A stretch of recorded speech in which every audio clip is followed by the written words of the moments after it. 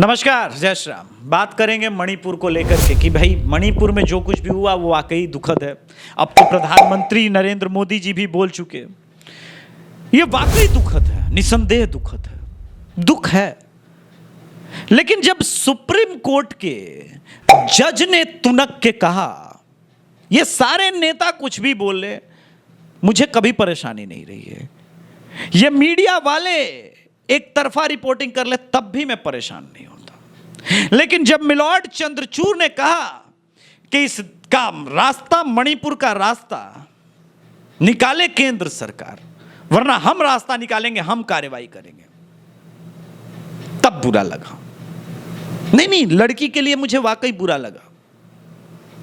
लेकिन इसी supreme court ने कहा कि तीस्ता सीतलवाड़ तुमको जमानत देते हैं। इल्जाम इतने संगीन हैं कि उसने फर्जी गवाह तैयार करके नरेंद्र मोदी की सरकार को गिराने का प्रयास किया। अच्छा, सुप्रीम कोर्ट का मानवीय संवेदना का भी पहलू बड़ा गजब है। बुरा लगेगा चंद्रचूड़ जी को, लेकिन चंद्रचूड़ जी से सवाल तो बनता है कि 2021 से आप किस सुसुप्त अवस्था में हैं? बंगाल में आपको पता है किस प्रकार की जघन्य अपराध की घटनाएं सामने आई हैं, पोस्ट पोल वायलेंस हो या पंचायत इलेक्शन के समय हो। एक 80 साल की बुजुर्ग महिला के सामने, उसके बेटे के सामने, बहू का, बेटियों का जो उसके साथ दुष्कर्म हुए, कुकर्म हुए, उस पे आपकी चुप्पी कैसे हो सकती है? नहीं, मैं समझना चाहता हूं चंद्रचूड़ जी से कि कन्हैया को जिस प्रकार से रेत दिया गया, आपकी चुप्पी कैसे हो सकती है?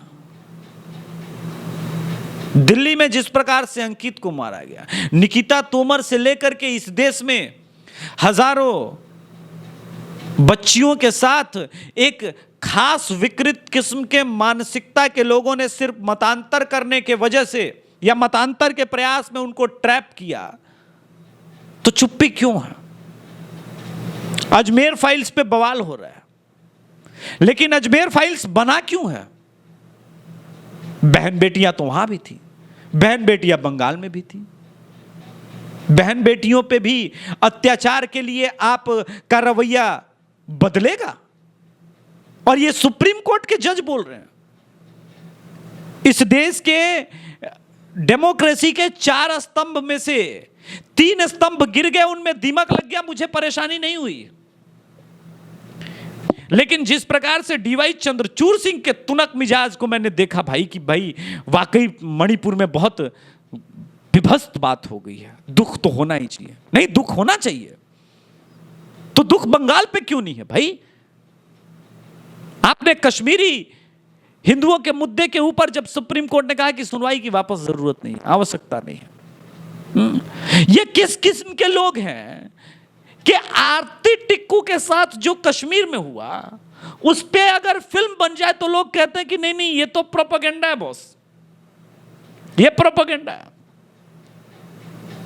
लेकिन 3 महीने पुराना एक कुकी औरत के साथ विभत्स जघन्य कांड जब वीडियो वायरल होता है तो आपको परेशानी हुई। तब इस बात पे प्रश्न उठता है कि इसी मणिपुर से आर्मी हटाने के लिए और अफसर हटाने के लिए इतना बवाल अरुंधति राय से लेकर के शोभा डे से लेकर के पूरा वामपंथी नचनिया मंडली गैंग क्यों कर रहा था? तब तो ठीक ही हालात थे और आर्मी की आवश्यकता है भाई, अगर इस प्रकार की चीजें हो रही है। जजमेंट तो न्यायालय का ही था कि नहीं, ये मैतई में जो मैतई समुदाय के लोग हैं ये भी आरक्षण के पात्र हैं, ये भी मूल निवासी हैं। बवाल तो इसी बात को लेकर के हो रहा है, तो इसमें मोदी सरकार को क्यों दोषी ठहरा रहे हैं? किसी भी अपराध के लिए। लेकिन हां, क्योंकि मोदी वहां पे सरकार में है, अलायंस पार्टनर है, तो मोदी सरकार को कोसा जा सकता है। नहीं, ठीक है, कोसिए, यह भी मैंने मान लिया, कोसिए। लेकिन यही न्यूज लॉन्ड्री वाले अभी रिसेंटली बंगाल में हुए जघन्य हिंसाओं पे हंसी उड़ा रहे थे, तब ये दोगलापन नहीं है तो क्या है फिर? या इस दोगलापन के लिए अलग अलग नाम रखे जाएंगे। अभी रिसेंटली कुछ लोगों को सिर्फ इस वजह से जला दिया गया कि ब्राह्मण, राजस्थान में है। राजस्थान में तो किस किस प्रकार के जघन्य अपराध हुए हैं। कोई साहिल नाम बदल लेता है, लड़की को ब्लैकमेल करता है, लड़की ट्रैप में नहीं फंसती तो निकिता तोमर वाला हाल होता है, नहीं तो झारखंड की अंकिता वाला हाल होता है। तब सुप्रीम कोर्ट का खून क्यों नहीं खोलता कि भाई ये जो हो रहा है इस देश में, हम सरकार कुछ नहीं कर पा रही है, हम करेंगे, डंके की चोट पे करेंगे। क्या सुप्रीम कोर्ट बायस्ड हो सकता है?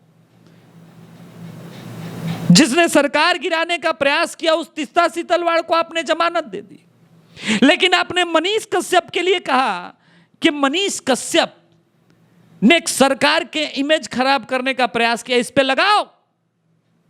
देशद्रोह का कानून ठीक ही चल रहा है, यह देशद्रोही आदमी है? और इस देश का यह न्यायालय कर रहा है, तो इस देश का आम आदमी कहां जाएगा? इस देश के आम आदमी के पास क्या ऑप्शन बचा हुआ है? और मैंने, देखिए, जो लोग कह रहे हैं कि भैया आपने ट्वीट नहीं किया, पहले वीडियो नहीं बनाया मणिपुर पे, देखिए मैंने भी संवेदनाओं का सेलेक्टिव होना आप ही लोगों से सीखा है भाई। गौरी लंकेश जैसी अधम क्रिश्चियन की जब हत्या हो गई तो इस देश के सभी पत्रकारों ने खूब शोर मचाया और कहा कि वो बीजेपी विरोधी पत्रकार थी। मतलब इस देश में बीजेपी विरोधी पत्रकार हो सकता है, लेकिन जैसे कोई बीजेपी समर्थक पत्रकार हो जाएगा तो कहा जाएगा कि ये गोदी मीडिया है।